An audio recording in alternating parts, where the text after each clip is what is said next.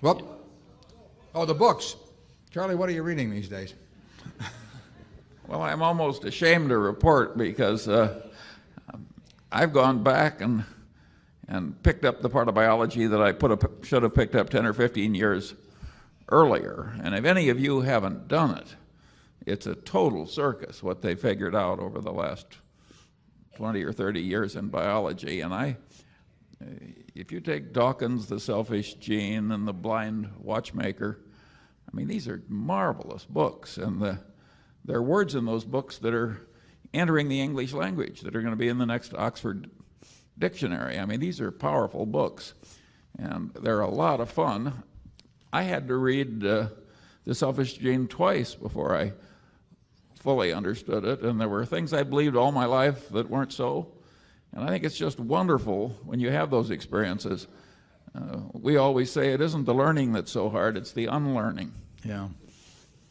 I made the mistake of taking Charlie up to Microsoft in December, and he became friends with Nathan Myhrvold, and they are corresponding back and forth with increasing fervor and enthusiasm about mole rats, and they copy me on all these communications, so I'm getting to see this flow back and forth on the habits of mole rats. And I really haven't found a way to apply it at Berkshire, but I'm sure Charlie has got something he's working on that. He's gotten very interested in biology lately. I've always liked reading biography, but since the computer's changed my life, I now find myself playing bridge on the computer about 10 hours a week, and unfortunately, I didn't want to give up sleep or eating or Berkshire, so the reading has been kind of light. On investment books, if you're asking about that, I would recommend the first two books that Phil Fisher wrote back around 1960, Common Sense and Uncommon Profits, and the second one. They're very good books. You know, I obviously recommend first and foremost The Intelligent Investor, with chapters 8 and 20 are the ones that you really should read. All of the important ideas in investing really are in that book, because there's only about 3 ideas, and those two of them are emphasized in those 2 chapters. Actually, I think John Train's Money Masters is an interesting book. I don't know, can you think of any others, Charlie, that we want to tout? I don't know. We have such a fingers and toes style around Berkshire Hathaway.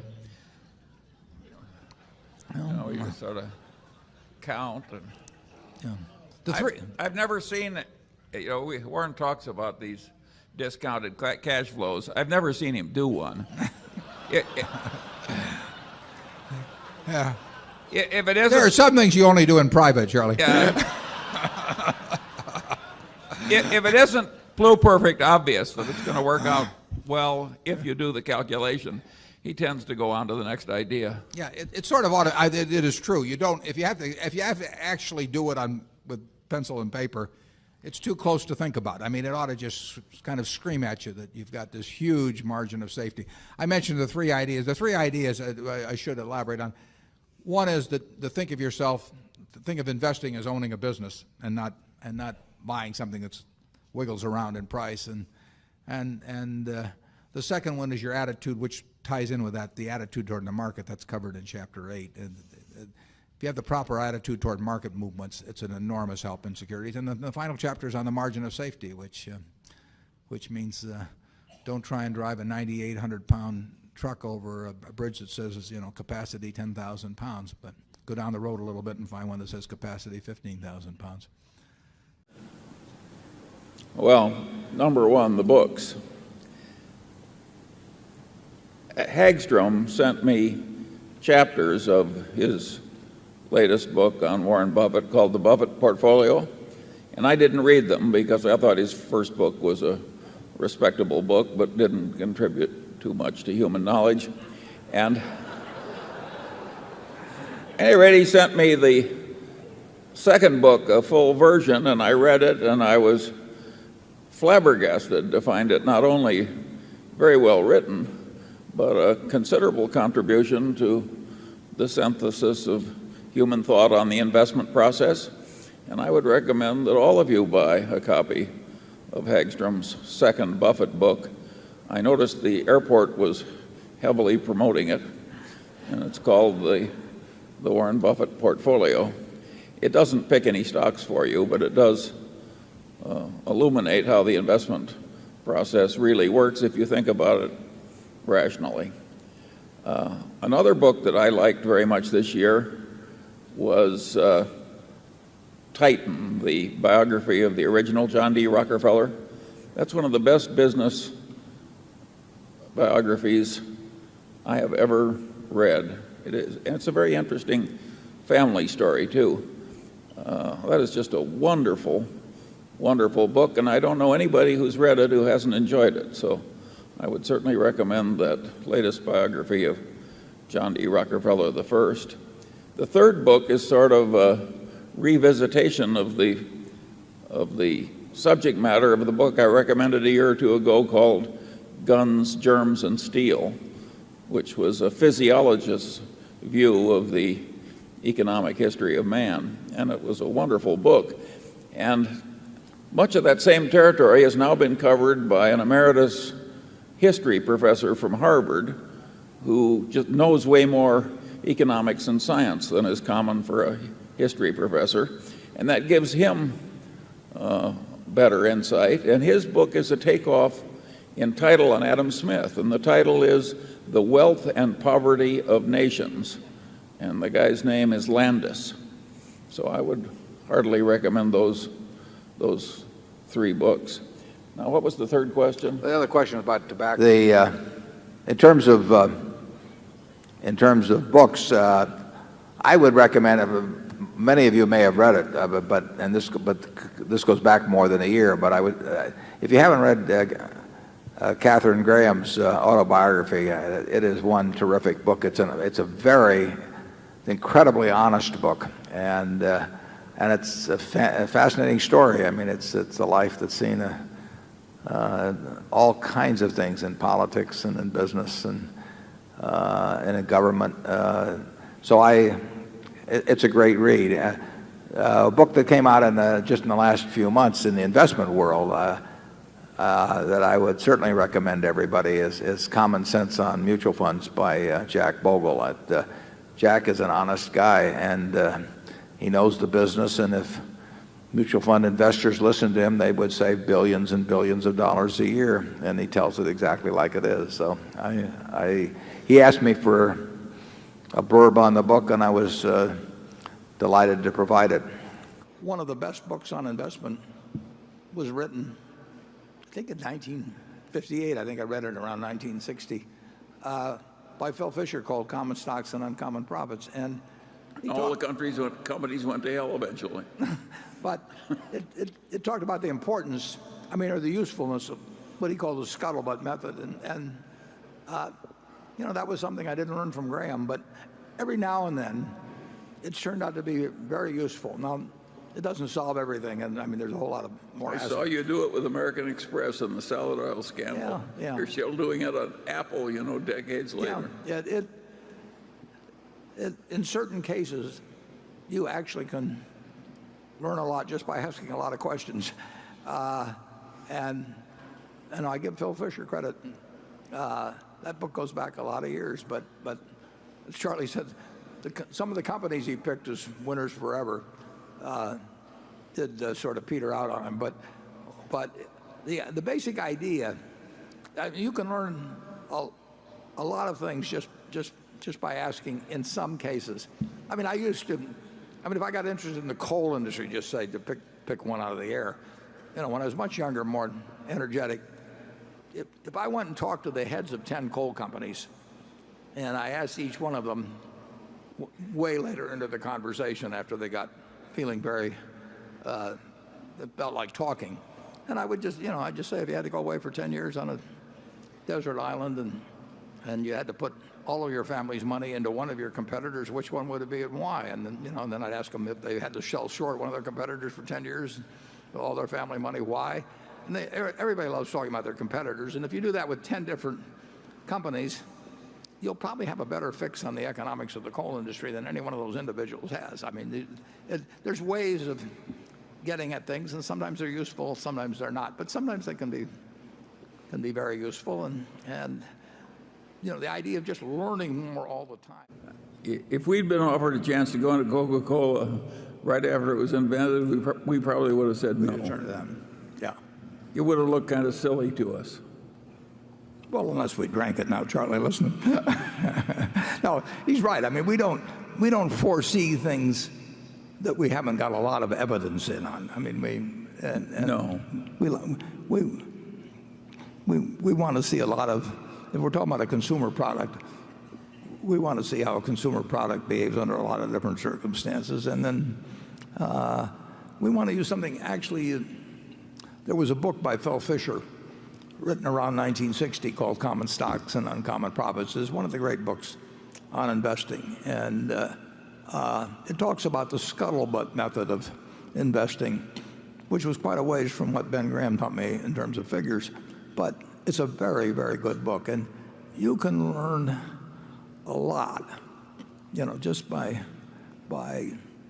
going out and using some shoe leather. Now they call them channel checks now or something like that. But it's you can get a feel for some products, and then there are others you can't. And then sometimes you're wrong. But it is a good technique. It's an important investing technique, I would say that. And Ted and Todd do a lot of that. And they have some people that help them out on doing it too. Charlie's done it with Costco. I mean, he is. I mean, all the time he is finding new virtues in Costco. And he's right, incidentally. I mean, Costco has an enormous appeal to its constituency. They surprise and delight their customers, and there is nothing like that in business. You have delighted customers, you're a long way home. Well, with American Express, it was an interesting situation because Diners Club got there first. I think American Express, in a certain sense, I mean, they did it for a lot of reasons, but they went into the credit card business because they were worried about what was going to happen to traveler's checks. And although traveler's checks are still exist in a significant way, but the interesting thing when American Express went into competition with Diners Club and with Carte Blanche, as I remember, that also existed at the time, was that instead of charging less than Diners Club and going in figuring they were going against an established guy and they'd come in at a lower price, they went in at a higher price, as I remember.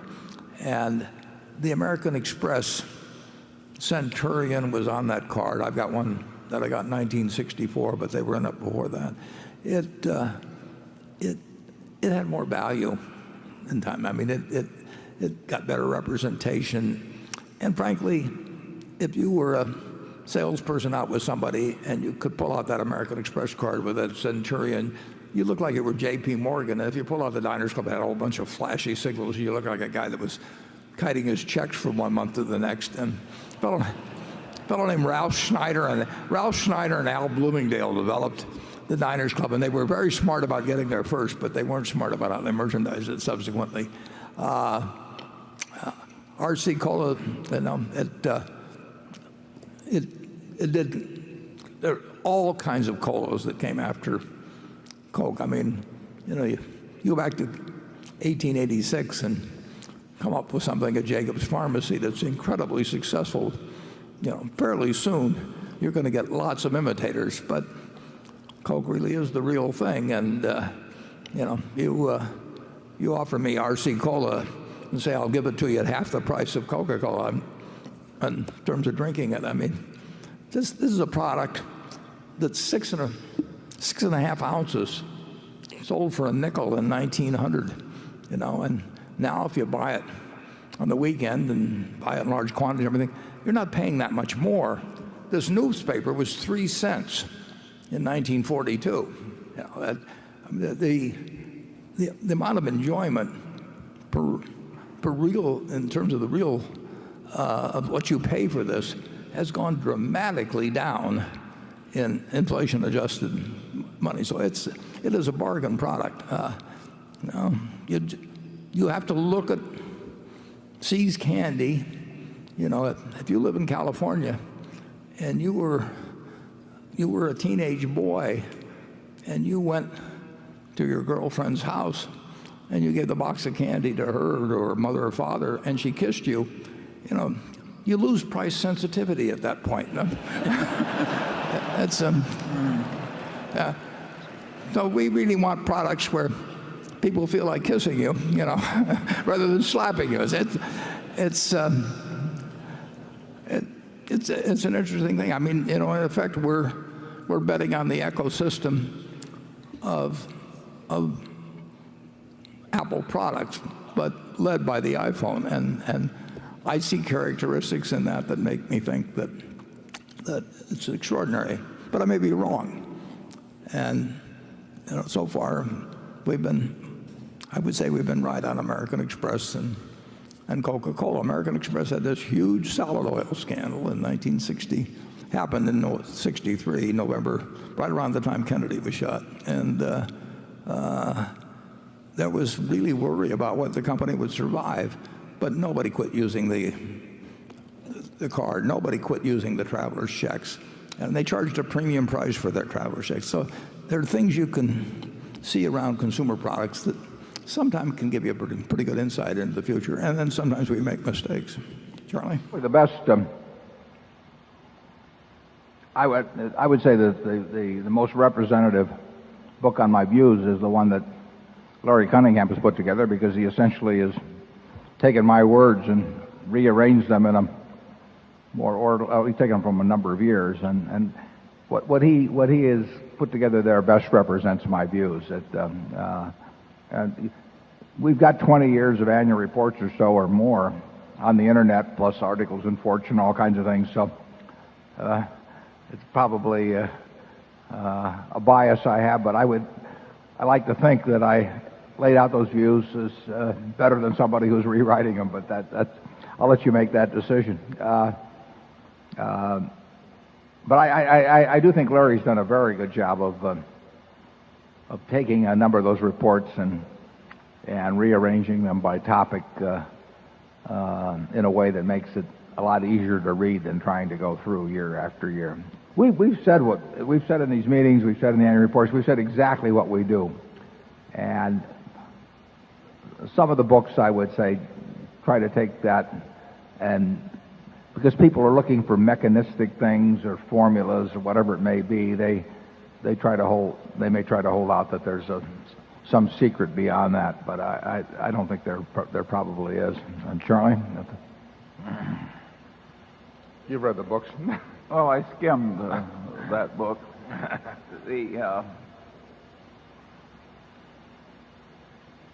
I think what we have done all these years is, it wasn't all that hard to do, and it's not all that hard to explain. All that said and done, I think a lot of people just don't get it.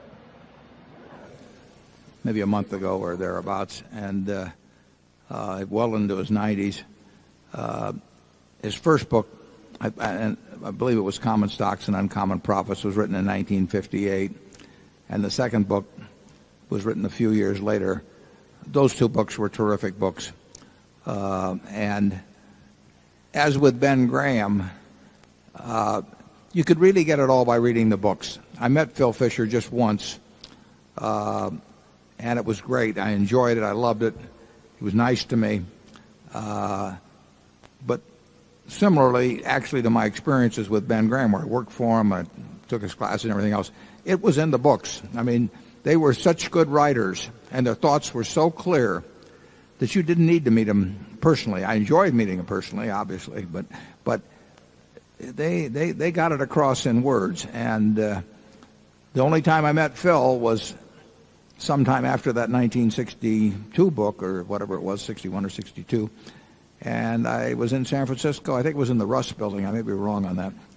And I just went there. I used to do that all the time when I was younger. And I'd go to New York and I'd just drop in on all kinds of people. And I guess they thought because I was from Omaha that, one time and they'd be rid of me. So, and I would usually get in to see him. And Phil, I did that with Phil. And it was extraordinarily nice to me. But it wasn't that I gained new ideas, though, however, by meeting him, because I'd already read it in his books.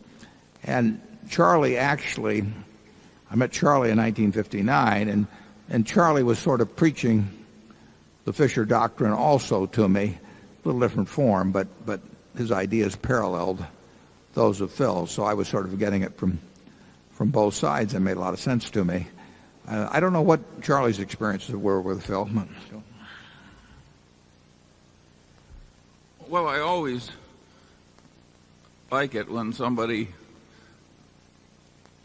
who's attractive to me agrees with me. And therefore, I've got very fond memories of Phil Fisher. The basic idea of that it was hard to find good stocks and it was hard to find good investments, and that you wanted to be in good investments, and therefore you'd just find a few of them that you knew a lot about and concentrate on those, seemed to me such an obviously good idea. And indeed, it's proved to be an obviously good idea, yet 98% of the investing world doesn't follow it. That's been good for us. But the Intelligent Investor changed my life in terms of, I literally had read every book in the Omaha Public Library by the time I was 11 on the subject of investing. And there were a lot of books. And there were technical books, Edwards and McGee. I mean, that was a classic in those days. And a whole bunch of them, Garfield Drew. But, and I enjoyed reading them a lot. Some of them I read more than once. But I never developed a philosophy about it. I enjoyed it. I charted stocks. I did all that sort of thing. Graham's book gave me a philosophy, a bedrock philosophy on investing that made sense. I mean, he taught me how to think about a stock. He taught me how to think about the stock market. And he taught me that the market was there not to instruct me, but to serve me. And he used that famous Mr. Market example. He taught me to think about stocks as pieces of businesses rather than ticker symbols or things that you could charter or something of the sort. And so it was that philosophy, and in some way further influenced by Phil Fisher's book. And Phil Fisher was just telling me the same thing that Charlie was telling me, which was that it's very important to get into a business that had fundamentally good economics and one that you could ride with for decades rather than one where you had to go from flower to flower every day. And that philosophy has carried me along. Now, I've learned different ways of applying it over the years, but it's the way I think about businesses now. I have not found any aspect of that bedrock philosophy that has flaws in it. You have to learn how to apply it in different ways. We read for the enjoyment of it. I mean, it's been enormously beneficial to us, but the reason we read is that it's fun, and it's still fun. And on top of it, we have gotten very substantial benefits from it. My life would have been different if Ben Graham hadn't gone to the trouble of writing a book which he had no financial need. Mr. Buffett, in the foreword to the 6th edition of Benjamin Graham's Security Analysis, you identified 4 books that you particularly cherish. 3 of these books were authored by Graham himself, and their influence on you is well known. The contributions of the 4th book to your thinking, however, that book was Adam Smith's The Wealth of Nations, published in 1776. What that book meant to you is seldom discussed. So my question is, what did you learn from The Wealth of Nations, and how did it shape your investment and business philosophy? Well, it doesn't shape my investment philosophy, but I certainly learned economics from it. And my friend Bill Gates gave me an original copy of it. I was able to study it as Adam Smith wrote it in 1776. There's just, if you read Adam Smith, and if you read Keynes, Ricardo, and if you also read that little book we've got out there called Where Are the Customer's Yachts, you will have a lot of wisdom. Adam Smith is one of those guys that's really worn well. I mean, he is rightly recognized as one of the wisest people that ever came along. And of course, the lessons that he taught way back then were taught again when communism failed so terribly, and people like Singapore and Taiwan and China and so forth came up so fast. The productive power of the capitalist system is simply unbelievable. And he understood that fully and early, and he's done a lot of good.